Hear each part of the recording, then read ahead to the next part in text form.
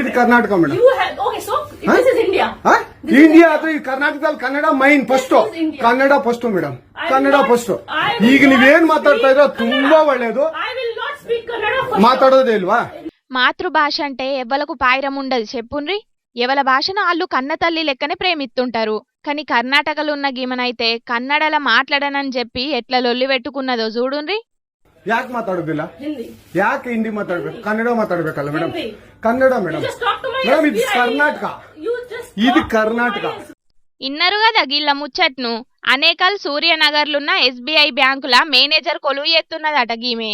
అయితే కర్ణాటకలు ఉన్నప్పుడు కన్నడ భాష మాట్లాడాలి, కానీ మీరెందుకు హిందీ మాట్లాడుతున్నారని అడిగిండట బ్యాంకుకు పోయిన ఒక కస్టమరు. నీది కర్ణాటక అయితే నాది ఇండియా, నేను ఇట్లనే మాట్లాడతా, కావాలంటే నువ్వే హిందీలో మాట్లాడు, నేనైతే కన్నడలా అస్సలే మాట్లాడనని చెప్పి లొల్లి పెట్టుకున్నది. ఏ రాష్ట్రంలో పనిచేస్తే వాళ్ళ భాష మాట్లాడాలని రూల్ కూడా ఉన్నది, మీకు తెలియదా? మీరెందుకు వేరే భాషలో మాట్లాడుతున్నారని ఎన్ని మలకల మొత్తుకున్నా ఈనలేదట.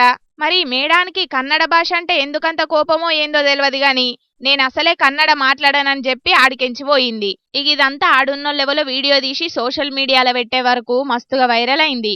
కన్నడ భాషను అవమానించినందుకు గీమె మీద యాక్షన్ తీసుకోవాలని బగ్గనే డిమాండ్ చేసిండ్రట ఆడున్న పబ్లిక్. ఈ ఎంబటే గీ ముచ్చట మీద బ్యాంక్ ఆఫీసర్లు గీమెతోని క్షమాపణలు ఎప్పించి వేరే జాగలకు ట్రాన్స్ఫర్ చేసిండ్రట. ఇక ఈ ముచ్చట మీద అటు సీఎం సిద్ధరామయ్య సారు కూడా బగ్గనే గరమైండు.